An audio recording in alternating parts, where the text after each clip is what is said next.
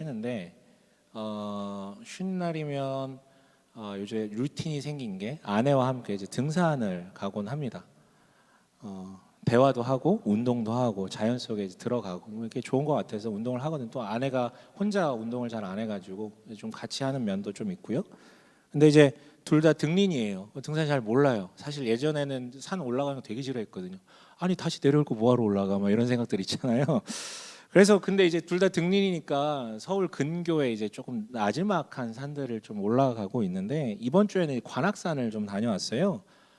등산 코스가 되게 많더라고요. 뭐 이쪽 방향 저쪽 방향 막 되게 많은데 당연히 저희가 등린이기 때문에 가장 쉬운 코스를 일부러 검색해서 거기로 이제 갔어요. 어디냐면 제가 알려드릴게요. 서울대 입구에서 버스를 타고 서울대 안으로 들어가는 버스들이 있어요. 아유, 역시 좋은 데는 버스도 다니고 들어가요. 들어가서 그 산에 있잖아요. 제일 높은 건물까지도 버스 가거든요. 거기 딱 내리면 관악산 절반 정도는 버스가 이제 태워다 준 겁니다. 그래서 거기서부터 이제 올라가면 한 1시간 정도 걸리더라고요. 대부분 다 계단이에요. 조금 힘들긴 했는데 그래도 힘들지만 생각보다 좀 괜찮았었어요. 그런데 그렇게 올라가서 좋다, 와 여기 멋지다라고 얘기하면서 하지 말아야 될 생각과 말을 해버렸습니다. 거기서 뭐냐면 딴 길로 내려가 보자. 좀 컨디션 괜찮은 것 같으니까 딴 길로 내려가 보자. 여러분 절대 해서는 안 되는 생각인데 이 생각을 해버렸어요. 이유가 있었죠. 왜냐하면 보통 하산할 때 무리가 많이 온다 그러더라고요. 올라가는 것보다 내려갈 때 더 힘들다 그러더라고요, 몸에. 그래가지고 웬만하면 올라갈 땐 좀 짧고 빨리 갈 수 있는 코스로 하고 내려갈 때 좀 완만한 데로 가는 게 좋다라고 하더라고요. 관절이나 근육에 좀 무리가 가서 저도 인터넷으로 배운 거예요. 근데 올라온 길이 짧긴 했는데 계속 가파른 계단이었었어 가지고 내려갈 때는 우리가 좀 다른 길로 완만한 데를 찾아서 가자. 그래서 좀 뭐 이렇게 검색해 보니까 저희는 이제 서울대 쪽으로 올라왔는데 사당역 쪽이 되게 오래 걸린다고 하더라고요. 그래가지고 저 길로 가면 좀 완만하겠구나. 그러니까 오래 걸리겠지라고 이제 단순하게 생각을 했어요. 마침 그쪽에서 오신 분이 계셔가지고 등산객이 있으셔가지고 아저씨 혹시 이쪽으로 내려가면 내려갈 만한가요? 라고 여쭤봤더니 괜찮대, 갈만하다는 거예요. 그래서 그분의 말씀에 의지하여 그분의 말씀과 저희의 감에 이 야매에 섞인 이 감에 의지하여 완만한 길로 가보자. 그리고 글로 내려갔어요. 정상에서 방향을 바꾼 것이죠. 그리고 그 방향으로 내려가는 김에 우리가 어차피 차를 서울대 입구에 주차했으니까 내려가다가 또 그냥 루트를 틀어가지고 절로 가면 되겠다. 조금 더 걸리는데 그렇게 이제 좀 이해를 하고 내려갔어요. 그리고 정말 오래간만에 느꼈어요. 군대에서 느꼈던 그 감정을 진짜 오래간만에 느꼈어요. 죽을 것 같더라고. 끝나질 않아. 그리고 문제는 뭐냐면 오래 걸리니까 완만할 줄 알았던 건 저희 착각이었어요. 그냥 오래 걸리는 것 뿐이었지 계속해서 봉우리처럼 생긴 데를 계속해서 오르락 내리락 하면서 오래 걸리는 게 이렇게 길게 가는 거예요. 그냥. 게다가 올라올 때는 계단이라도 잘 돼 있어지고 그쪽은 뭐 계단이나 이런 것들도 잘 안 돼 있더라고요. 무엇보다도 힘든 건 언제 도착할지를 모른다라는 거. 초행길이니까 예측이 안 돼요. 내가 지금 어디까지 왔는지, 얼만큼 더 가야 되는지. 그리고 또 문제는 뭐냐면 도무지 목적지가 보이질 않는 거예요. 등산할 때는 산 봉우리가 보이니까 절로 가면 되겠다라고 이해를 하는데 내려갈 때 보니까 안 보이는 거예요. 그 목적지가. 저 둔덕만 넘어가면 보이겠지 하고 넘어가면 또 다른 둔덕이 있고 반복되니까 진이 빠지더라고요. 올라갈 때 1시간에서 내려갈 때 3시간이 걸렸어요. 그래가지고 죽겠더라고요. 그런데 이렇게 굉장히 둘 다 지쳤을 때쯤, 너무 지치면 말도 안 나오잖아요. 서로 대화하려고 갔는데 말도 안 나오는데 너무 지쳤을 그때쯤 아내가 갑자기 이런 얘기를 하더라고요. 하나님도 우리를 그렇게 보시겠지? 저기까지만 참아주면 이제 다 끝날 줄 알았는데 거기 넘어가면 또다시 배신하고 화내고 얼마나 힘드실까? 이런 얘기를 갑자기 하더라고요. 제가 그 얘기를 듣고 이런 생각을 했어요. 아직 안 힘들구나. 하나도 안 힘든가 보구나. 저런 묵상이나 하고 있고 하나도 안 힘든가 보네. 아니 근데 또 순간 반대로 이런 생각이 들더라고. 한 번도 자기가 묵상한 걸 나한테 먼저 얘기한 적이 없는데 갑자기 저러고 보니까 진짜 죽겠나 보다. 뭐 이런 생각도 좀 들더라고요. 정신이 나갔나? 뭐 이런 생각. 여러분 우리가 3장에서 요나의 회개와 비견되는 니느웨의 어떤 회개에 대해 절실한 철저한 회개에 대해서 마주했어요. 그들의 회개는 회개의 내용도 철저했고 회개 이후의 행동도 참됐죠. 그래서 하나님께서 이것에 대해서 어떻게 반응하십니까? 우리 오늘 10절 한번 읽어볼까요? 3장 10절이요. 함께 읽어보겠습니다. 시작. 하나님께서 그들이 뉘우치는 것 곧 그들이 저마다 자기가 하던 나쁜 길에서 돌이키는 것을 보시고 뜻을 돌이켜 그들에게 내리시겠다고 말씀하신 재앙을 내리지 않으셨다. 그들의 회개가 진정성이 있었고 그 삶도 진정성 있는 걸 보시고 뜻을 돌이켜서 예고했던 심판을 철회하신 것이죠. 우리는 여기서 다시 한번 확인할 수 있어요. 성경에 하나님의 심판 메시지가 되게 많이 나오거든요. 근데 그런 심판 예고들이 하나님의 증오와 분노에서 비롯된 것이 아니라 끝까지 기회를 주시고자 하는 하나님의 사랑에 근거한다라는 것을 다시 한번 확인할 수 있죠. 니느웨라는 극악 무도한 이들에게까지 다시 한번 기회를 주신다라는 것은 이스라엘에 있는 그 누구도 이 기회로부터 벗어나는 사람은 없다라는 것을 우리는 다시 한번 확인할 수 있어요. 그런데요, 이 놀라운 사랑 앞에 또 놀라운 반응이 도출됩니다. 이상한 일이 발생해요. 요나가 아주 이상하게 반응하거든요. 4장 1절 한번 읽어볼게요. 함께 읽겠습니다. 시작. 네, 매우 못마땅하여 화가 났다. 도대체 왜 화가 났을까? 왜 화가 났을까? 감히 하나님께? 이어서 볼게요. 2절 한번 읽어볼게요. 함께 읽겠습니다. 시작. 주님, 내가 고국에 있을 때 이렇게 될 것이라고 이미 말씀드리지 않았습니까? 내가 서둘러 스페인으로 달아났던 것도 바로 이것 때문입니다. 하나님은 은혜로우시며 자비로우시며 좀처럼 노하지 않으시며 사랑이 한없는 분이셔서 내리시려던 재앙마저 거두실 것임을 내가 알고 있었기 때문입니다. 네, 하나님은 은혜로우시며 자비로우시며 좀처럼 노하지 않으시면 사랑이 한없는 분이셔서 그렇게 할 줄 내가 알았다라면서 분노하고 있죠. 그런데요, 지금 읽었던 이 구절은요, 출애굽기 34장에 있는 한 구절의 인용이에요. 무슨 얘기냐면 성경 구절을 근거로 약간 비꼬면서 하나님께 분노하고 있는 거예요. 네, 하나님 사랑이신 거 다 알아요. 이미 알고 있고 성경에도 기록되어 있고 다 압니다. 그런데 도대체 하나님의 사랑은 맥락이란 게 없습니까? 어떻게 저렇게 악한 자들의 저 잘못이, 저 죄질이 저렇게 나쁘고 악이 저렇게 큰데 지금 이렇게 딱 한 번 회개했다고 어떻게 홀랑다 용서하실 수가 있으십니까?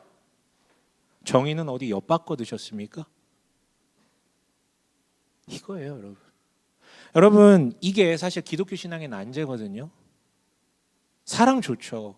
근데 정의도 좋은 거잖아요. 근데 이 둘이 조화가 도대체 어떻게 이루어질 수 있는가에 대한 기독교 신앙의 난제가 있어요. 사실 이 둘이 언뜻 보면 되게 충돌하는 것 같죠. 사랑은 뭡니까? 다 품어주는 것처럼 들리잖아요. 정의는 뭡니까? 옳고 그름을 분별해서 그른 것은 뭐라고? 옳은 것은 칭찬해 주는 게 정의거든요. 근데 이게 둘이 어떻게 조화될 수 있냐 이거죠. 이 굉장히 어려운 신학적 논의예요. 그런데 이게 신학자들만의 논의가 아니라 평범한 그리스도인들도 이런 딜레마 가운데 한두 번씩 빠질 때가 있죠. 범죄를 저지른 자가 어느 날 갑자기 기독교 방송에 나와서 자기 회개한 것들을 고백하는 것들을 보면 와, 하나님 대단하시다라는 생각이 들면서도 우리 가운데 한켠에는 뭔가 위화감이 들죠. 저런 놈이? 저런 놈을? 게다가 그로 인해 조금이라도 피해를 당한 당사자라면, 여러분 영화 밀양에 나온 그 사건이 그런 지점들을 자극하고 있는 거잖아요. 어떻게 저런 자를 용서할 수 있는가?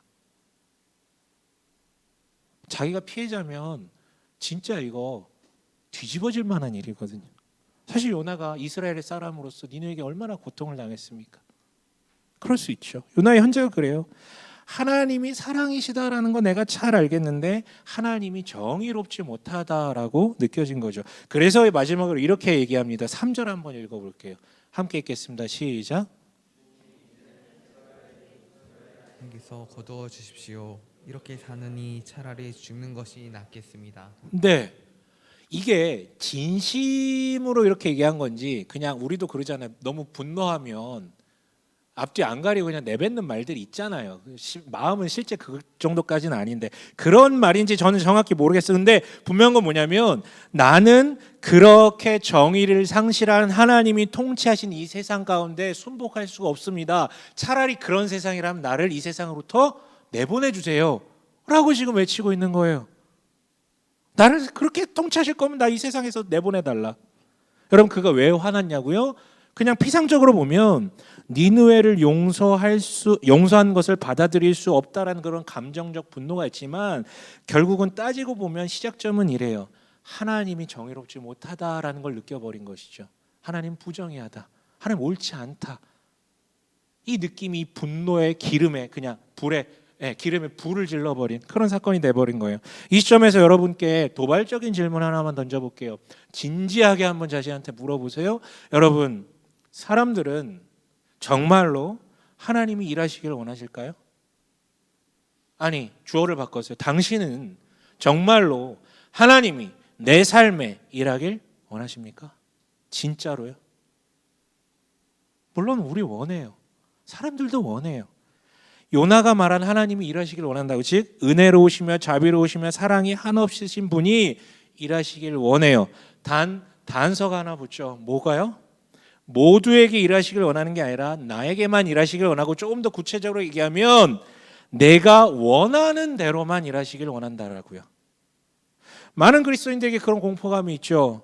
하나님 믿는 거 좋아. 근데 어느 날 갑자기 나를 크게 부르셔서 내 삶의 방향을 바꿔버리실 것에 대한 사실 약간의 두려움이 있어요.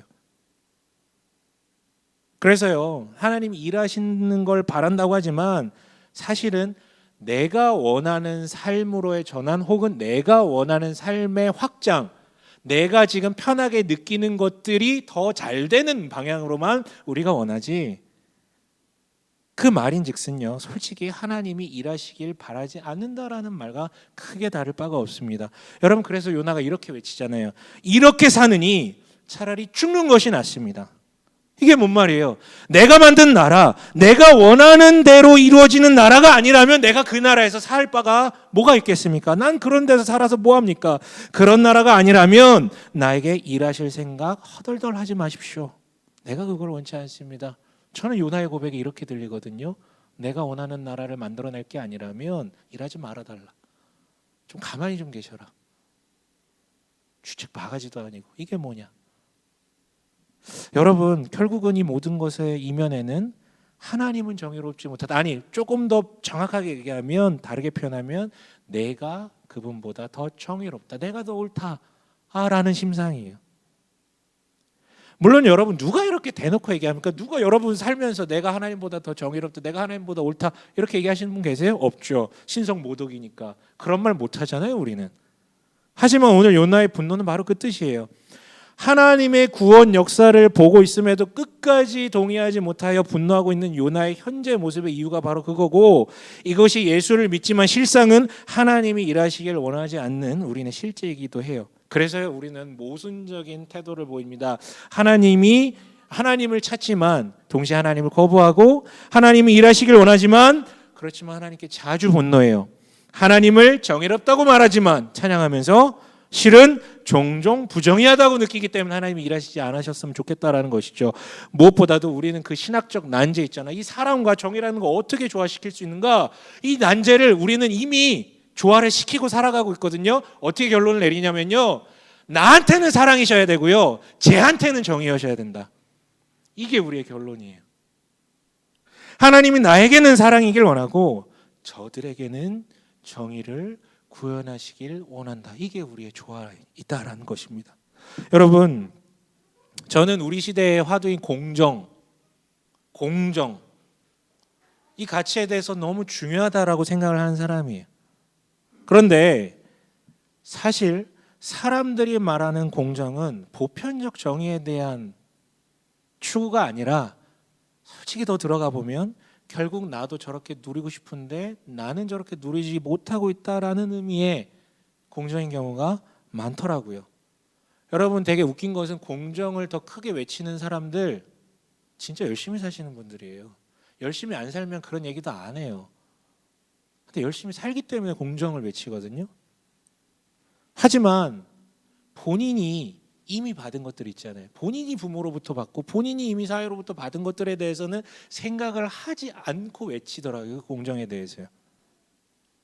그리고 사회가 공정치 못하다라고 분노하죠. 어떤 부분에 대해서요? 내 유익과 결부되는 부분에 대해서만 선택적으로 분노를 한단 말이에요. 세상에 깨어진 모든 것들에 대해 분노하는 게 아니라 내가 가지지 못한 그것에 대해서. 오히려요, 진짜 사회나 부모로부터 혜택을 받지 못하고 자라난 분들은요, 오히려 긍휼히 여겨요. 자기가 없어 왔던 걸 알기 때문에, 누군가의 도움이 얼마나 크고 좋은 것인지를 알기 때문에, 그 아픔을 알기 때문에 긍휼히 여기는데요.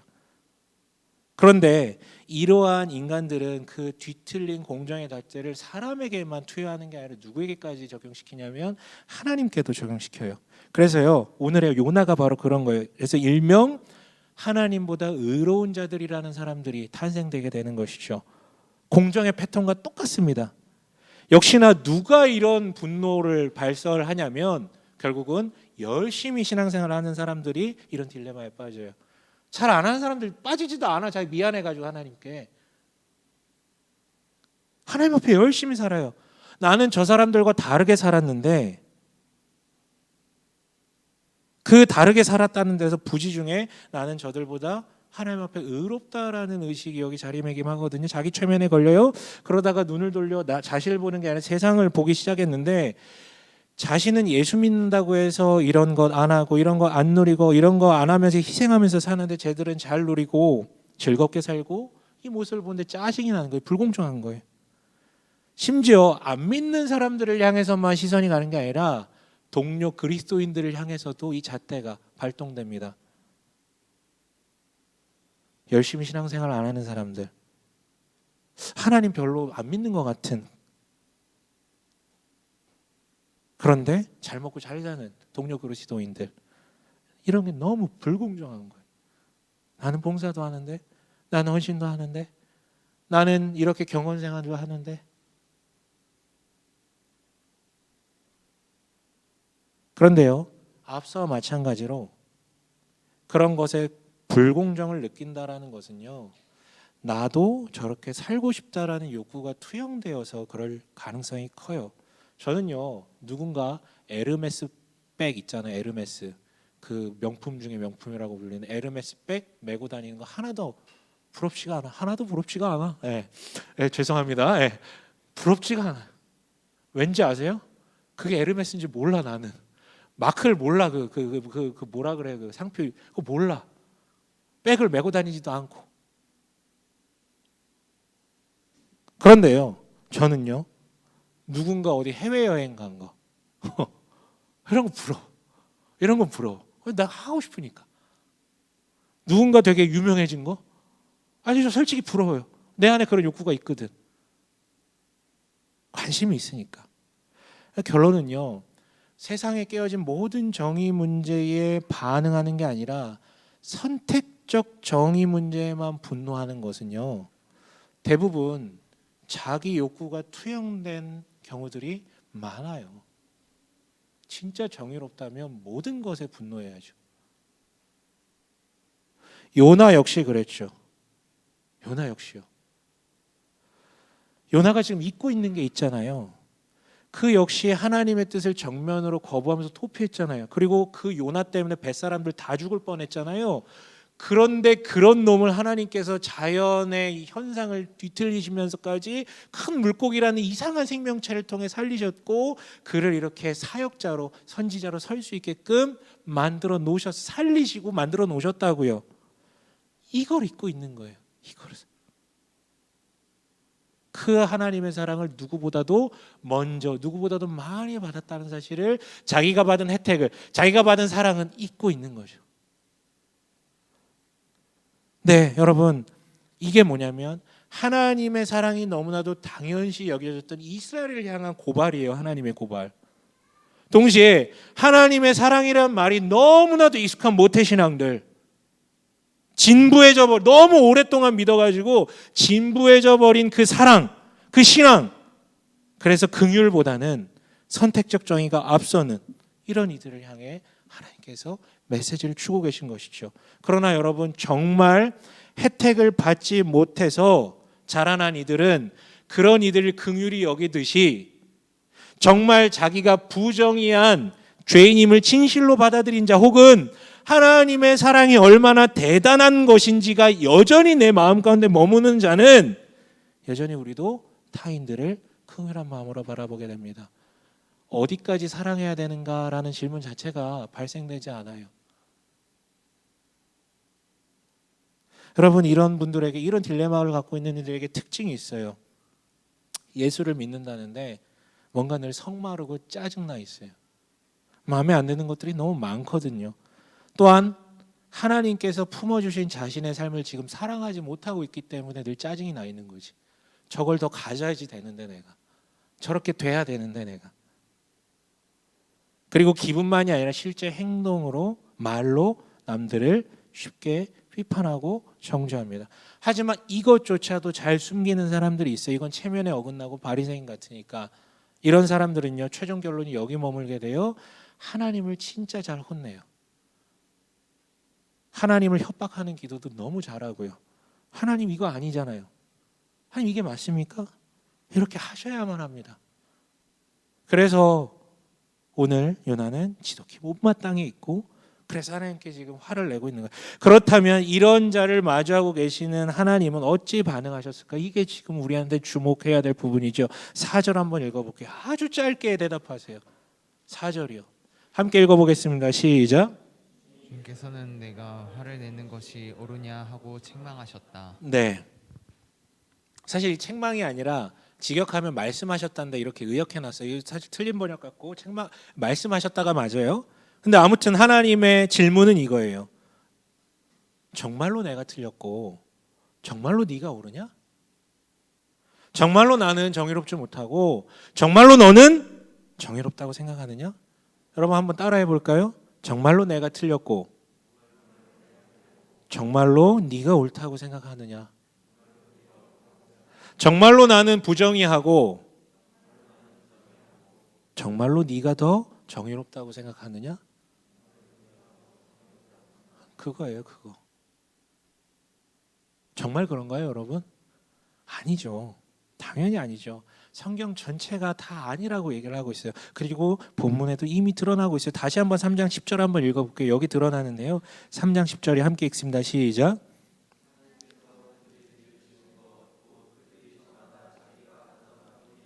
돌이키는 것을 보시고 뜻을 돌이켜 그들에게 내리시겠다고 말씀하신 재앙을 내리지 않으셨다. 네, 여기 뜻을 돌이켜라는 표현이 등장해요. 성경에 이 표현이 종종 등장합니다. 그런데 주어가 하나님으로 나오며 하나님이 뜻을 돌이키셨다라고 나올 때가 있거든요. 보통은 심판하시려고 하셨던 걸 유보하거나 철회하실 때 쓰이는데, 그 심판을 철회하기로, 즉 뜻을 돌이키기로 하셨다 할 때는 늘 앞뒤 문맥에 이르면요, 항상 이런 의미로 등장을 해요.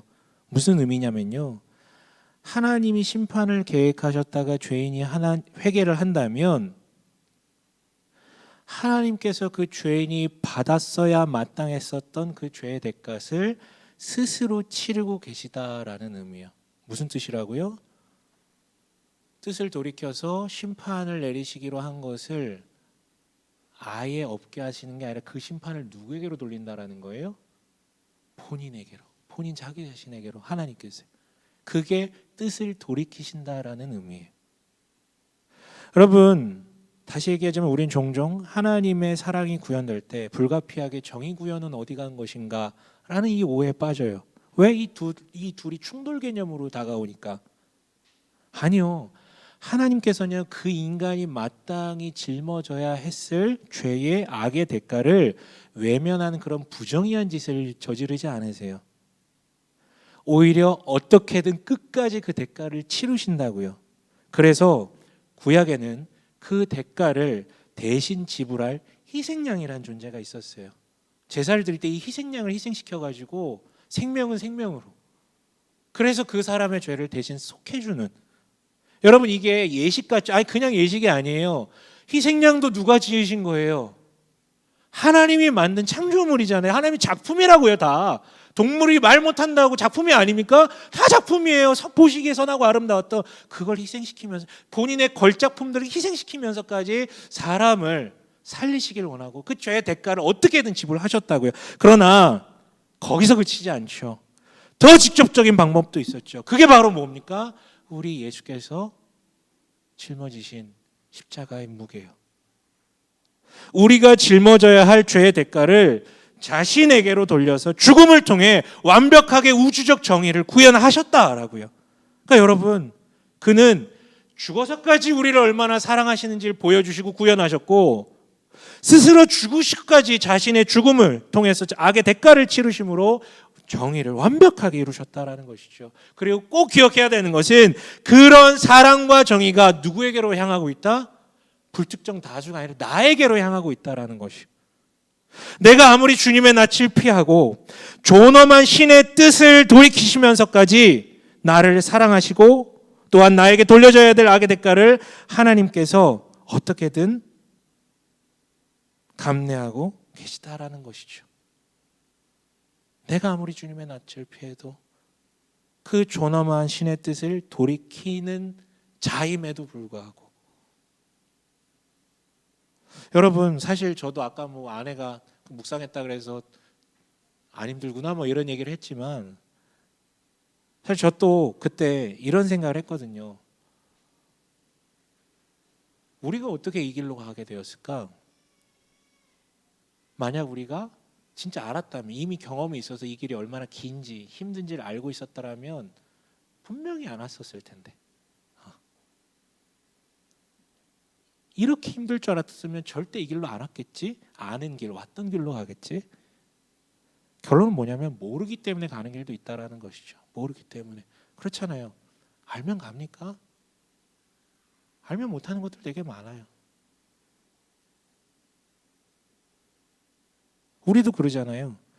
10대 때, 20대 초반까지만 해도 뭘 잘 몰라서 낯선 사람과도 잘 어울렸죠.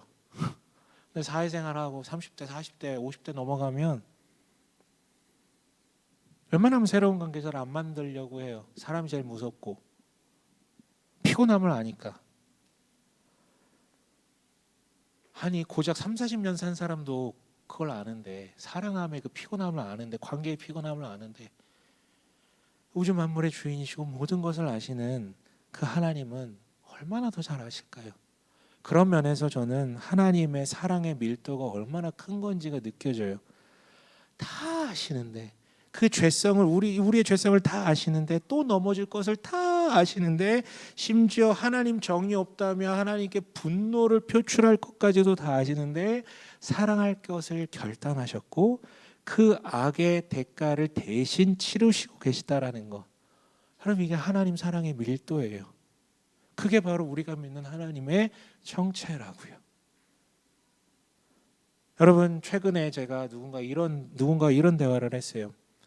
어떤 친구가 저를 거론하면서 뭔가 이야기를 사람들에게 전달을 했는데, 말하는 친구가 그런 의도가 아니었음에도 불구하고 표현의 약간의 문제로 인해서 저를 오해할 만한, 내가 얘기한 것도 아닌데 저를 오해할 만한 상황이 좀 발생을 한 거예요. 그런 경우들 우리 살다 보면 있잖아요.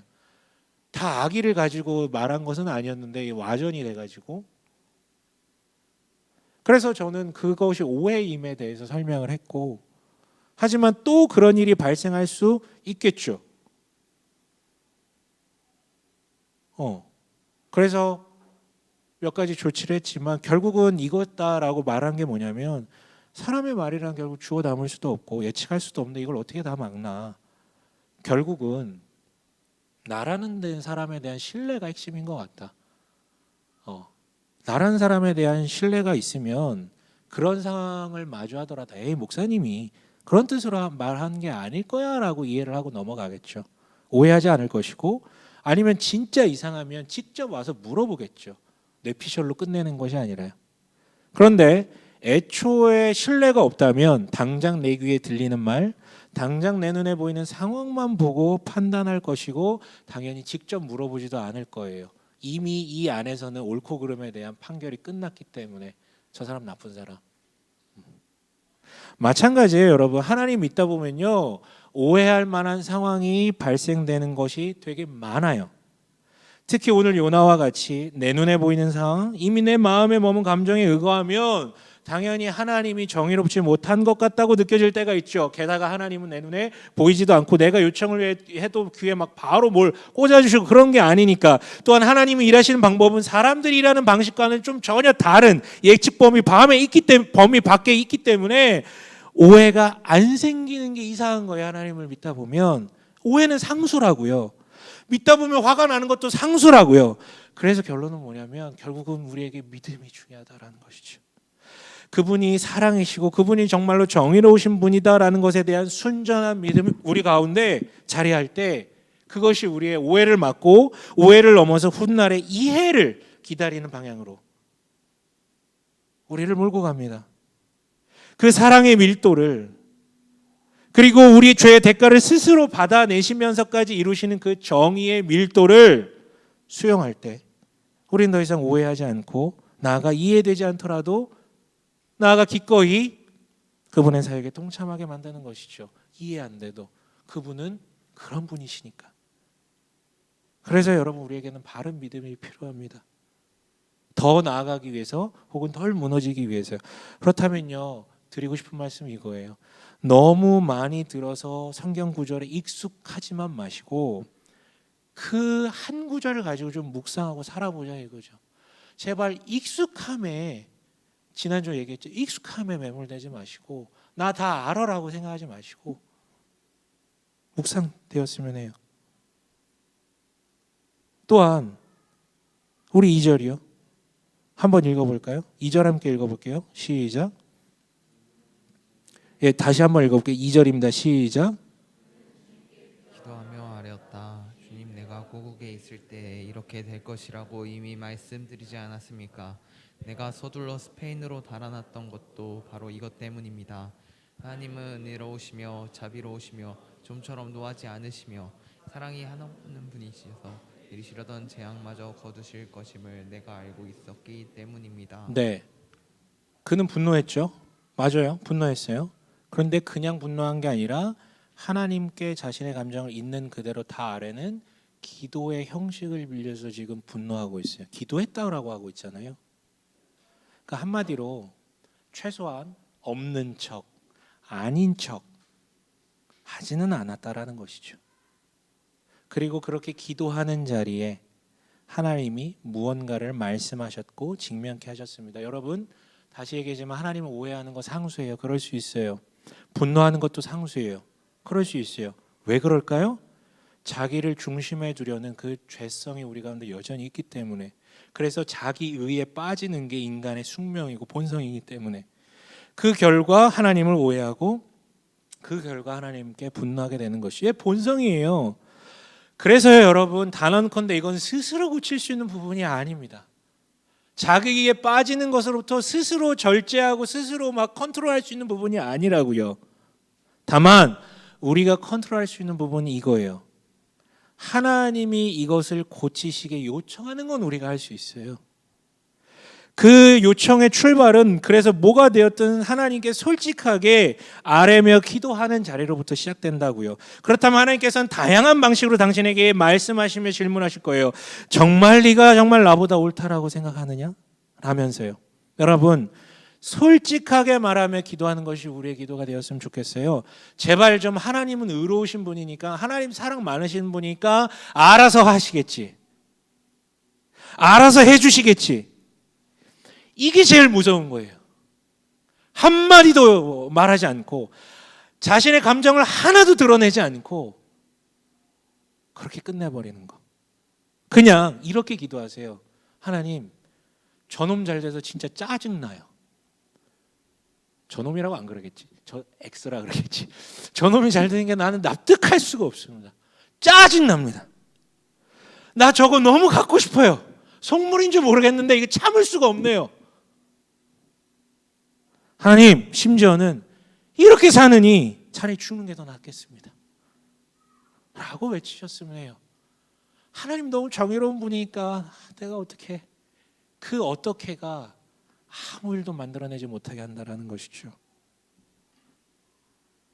또한 여러분, 마지막으로 결국은 니느웨로 나아가서 이런 직면이 이루어졌다는 것에 주목하셨으면 좋겠어요. 결국 이 장소적 배경, 즉 보내신 사람들에게로 요나가 갔었을 때 이 모든 일이 일어났음을 간과하지 않았으면 좋겠어요. 여러분, 보냄받은 자리가 뭡니까? 결국 사람이에요. 선교지 얘기하는, 선교지는 장소가 아니라고요. 선교지는 장소가 아니라 하나님을 믿지 않는 이들의 이 그 사람들의 모임, 사람들이 사는 곳, 거기가 선교지라고요. 그러니까 그 사람들에게로 갔었을 때 일어났음을 간과하지 않았으면 좋겠다라고요. 즉 사람들과 부대낌을 회피할 때 하나님을 모르는 이들, 또 악에 사로잡힌 이들, 이 사람들과의 부대낌을 회피할 때 자기 의는 더 강해집니다. 정의나 사랑이라는 개념이 살아있는 개념이 아니라 뇌피셜이 돼버리거든요. 사람들과 어울리지 않으면. 그래서 가나안에 가지 않은 아브라함, 십자가를 지지 않은 예수, 밧세바를 만나지 않은 다윗처럼 그렇게 돼요. 여러분, 세상에 진짜 악한 놈들이 있어요. 고통스럽지만 끊어버려야 할 그런 나쁜 놈들이 있긴 있어요. 하지만 나쁜 놈들이 계속해서 나쁜 놈인 이유는 이미 나쁜 놈이라고 판단 지어버린 내 선입견이 내 감정을 그렇게 몰아가기 때문도 큰 것 같아요. 또 나쁜 놈이 계속 나쁜 놈인 이유는 이미 그가 나쁜 놈이기 때문에 말을 섞지 않아요. 묻지 않아요. 그 X는 나쁜 놈이니까. 그리고 계속해서 나쁜 놈인 이유는 그래서 그에게 기회를 주지 않아서, 즉 돌이키지 않을 것이다, 바뀌지 않을 것이다 라는 확신이 내 안에 있기 때문에. 아니, 어쩌면 오늘의 요나처럼 그 나쁜 놈이 돌이키지 않길 원하기 때문에. 그 인간 계속 나쁜 놈이어야지 내가 더 의로울 수 있기 때문에. 여러분, 이게 자기 의의 패턴이자 고립돼 가는 패턴이에요. 내가 옳다, 내가 의롭다. 그래서 여러분, 혼자 신앙생활 하는 사람이 가장 위험합니다. 두 번째로 위험한 사람, 교회 안에서만 신앙생활 하는 사람. 방구석 아브라함이 되어 있거든요. 여러분, 제가 이 말이 외향적이어서 누군가랑 잘 어울려야만 한다, 이 얘기하는 거 아닙니다. 그러나 사람과 마주할 때, 특별히 약하고 악하고 하나님이 없는 이들과 마주할 때 묵혀두었던 질문과 감정들이 드러나기 때문에 하나님께서 그 자리를 통해 자기 의를 직면시키고 깨뜨리신다라는 것이죠. 그래서 사람들과 관계하고 부대끼고 그 안에 머물러야 됩니다. 여러분, 마지막으로 하나님의 반문을 한번 따라해 볼까요? 내가 화를 내는 것이 옳으냐? 한번 따라해 볼까요? 내가 화를 내는 것이 옳으냐? 내가 화를 내는 것이 옳으냐? 이것을 여러분 진지하게 본인에게 한번 물어보셨으면 좋겠어요. 하나님이 이 시간 우리에게 말씀하신다고 생각을 하고, 네가 화를 내는 것이 옳으냐? 여러분, 당신은 그 사람에게, 그 사람들에게 그렇게 화를 내는 것이 옳습니까? 당신은 그 사건에 대해 그렇게까지 화를 내는 것이 옳습니까? 마지막으로, 당신은 당신 자신에게 그렇게 화를 내는 게 옳습니까, 지금? 그렇게까지 비난받아야 될 사람들인가요? 그도 나도? 여러분, 여기에 응답하셨으면 좋겠어요.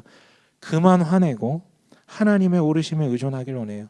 이제 그만 화내고 그분께 당신의 마음을 전달해 버리길 원합니다. 그리하여 나의 자기 의는 소멸하고 하나님의 사랑과 정의를 누리며 그것을 전하는 이가 되길 주님의 이름으로 간절히 축원합니다. 아멘.